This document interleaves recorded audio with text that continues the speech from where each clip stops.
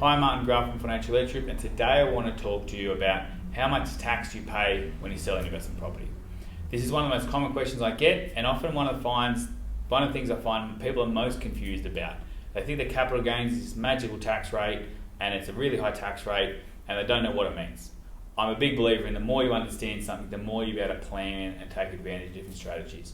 So I want to take you through a quick, simple scenario about how to calculate a capital gain and give you a couple of tips at the end to explain about ways potentially we can improve upon that. But basically what you want to know when you're calculating capital gain, there's a couple of key elements. One effectively is your sale price. So what did you sell the property for?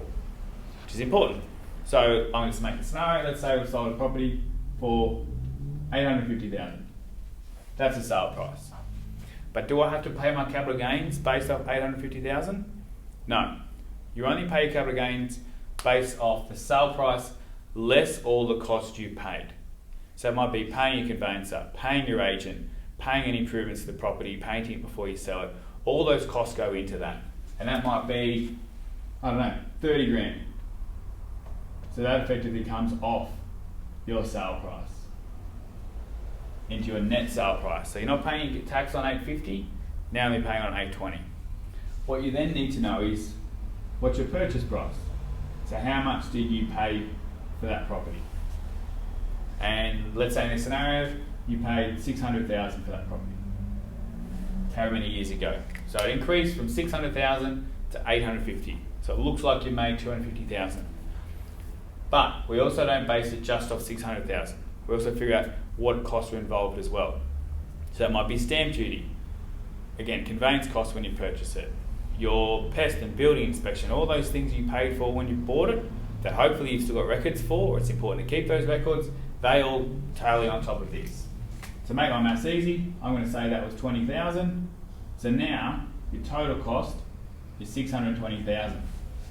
So instead of paying on $850 minus $600, you're paying on $820 minus $620. So you've now made a 200 grand capital gain. So straight away, with the right paperwork and record keeping, we've just saved 50 grand in terms of what we might be paying tax on. Do we have to pay 200 grand in tax? No. The way it works from here is you figure out how long you've owned that property for. There's special rules around it, but effectively, if you've owned it for more than a year, which most people would have, that capital gain gets discounted. Now, this can get a bit technical. Check with us before you do anything, but we're going to say assuming typically it's discounted by 50%. So what that means is your gain is no longer 200,000, it halves to being 100,000. So that's the gain that you're assessed upon. So again, does it mean we're paying 100 grand in tax? No.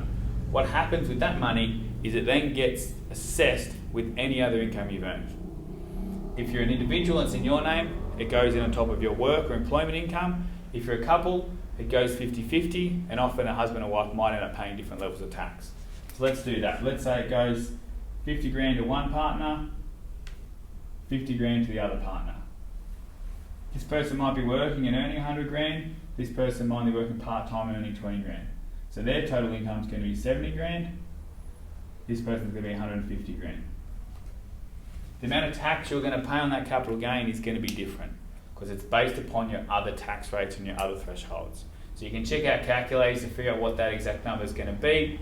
As a guide, this person's probably going to end up paying about 20 grand in tax, including the 20 they earn, plus on there. At 150, you're probably paying about 40 to 50 grand in tax. Let's say 45.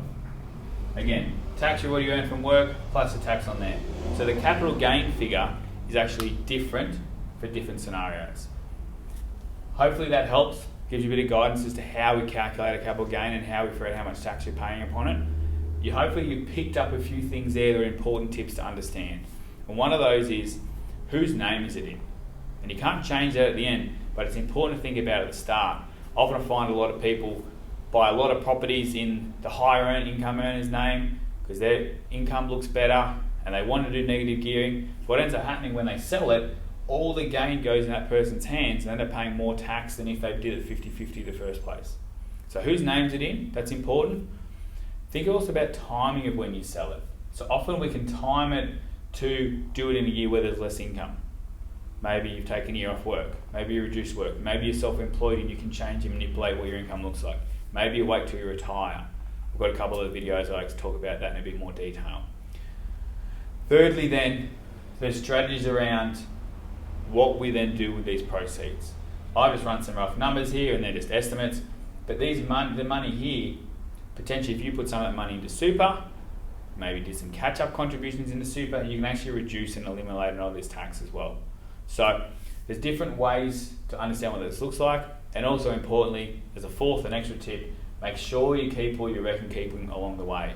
Understand all the costs that are being paid for the property so that you can claim it at the end when you sell it.